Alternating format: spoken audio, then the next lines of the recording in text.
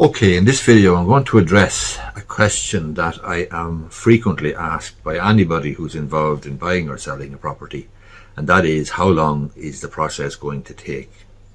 And if I give you an example, you'll see what I mean when I say it really depends. Let's just say, for the sake of argument, that I'm acting for the purchaser of a property, okay?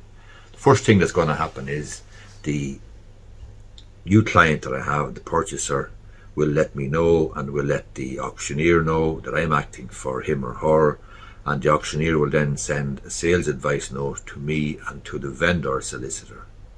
The vendor solicitor then must issue contracts and copy title documents to me to prove title.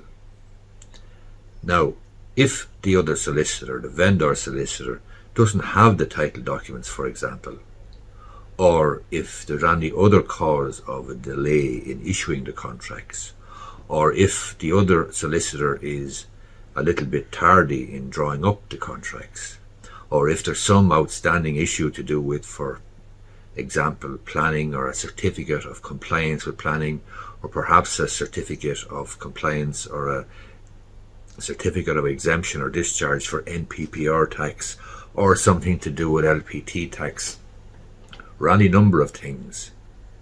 The fact is that I am completely dependent on the other solicitor, the vendor solicitor, sending the contracts and title documents to me. So that is something that is completely outside my control, nothing I can do about. I have to wait for those contracts to come to me, to this office. It's like playing a football match or a tennis match. You need someone to play with, and so the other side must essentially kick the ball or poke the ball out, and I can then respond, but only then can I respond. I can't do anything about the title documents or the contracts which the vendor or solicitor must draw up. Then, when the documents come in here to my office and I review them and I go through them, I'm going to raise some pre-contract inquiries.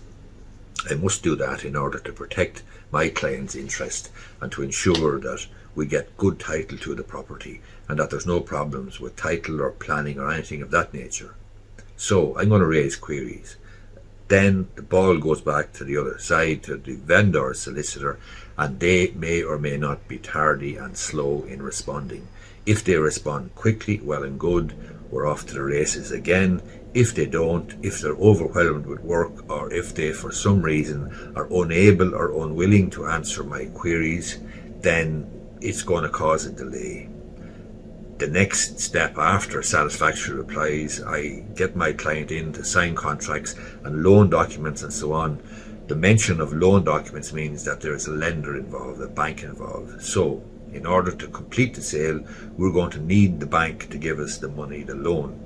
However, the bank won't do so unless all the I's are dotted and the T's are crossed, which means that essentially everything that the bank requires prior to releasing the funds, the loan funds, must be in place. So again, that is something that's completely outside my control.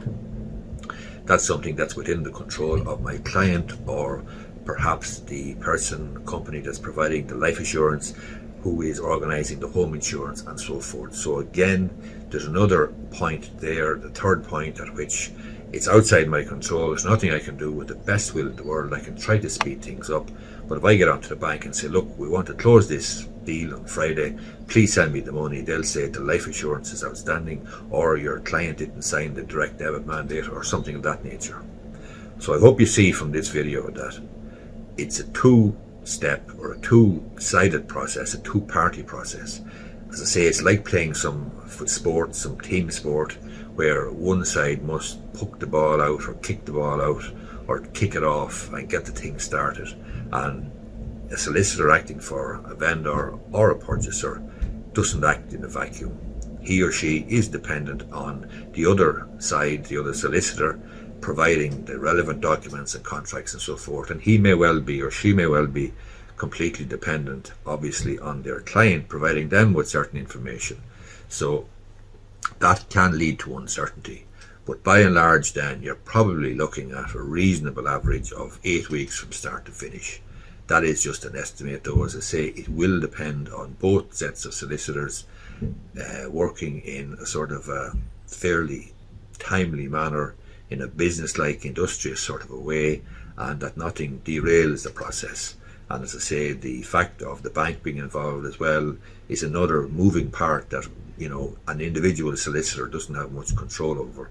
So it's very, very difficult to be absolutely certain or prescriptive as to how long the process starts. I hope, though, I have indicated to you where the breakdown or the slowdown might occur, and you get a better idea. I think 8 weeks probably is an average or general enough, 6 to 8 weeks, but again, it will depend. And just to give you one simple example before I wind up this video, let's say my client has bought a property and the other solicitor is now instructed by his client to draw up contracts. If the other solicitor doesn't have title documents, there's probably going to be 10 days or a fortnight between getting his client to sign the authority and getting the title deeds from the lender. And that's before he even starts the process of drawing up the contracts. Now, he may well have them in advance, but his client, the vendor, may not have understood that in order to speed the thing up from the word go, it would have been useful if he'd given his client, or his solicitor rather, instructions well in advance of putting the property on the market with the auctioneer to get the title documents out and get ready to go, so that when they do get a buyer, do get a punter for the property, they can issue contracts in a very timely fashion. Anyway, I hope you find this video useful. I hope it does answer the question as best I can. There's a lot of moving parts, and as I say, if you find the video useful, I'd appreciate if you gave it the thumbs up down below. Thanks a lot.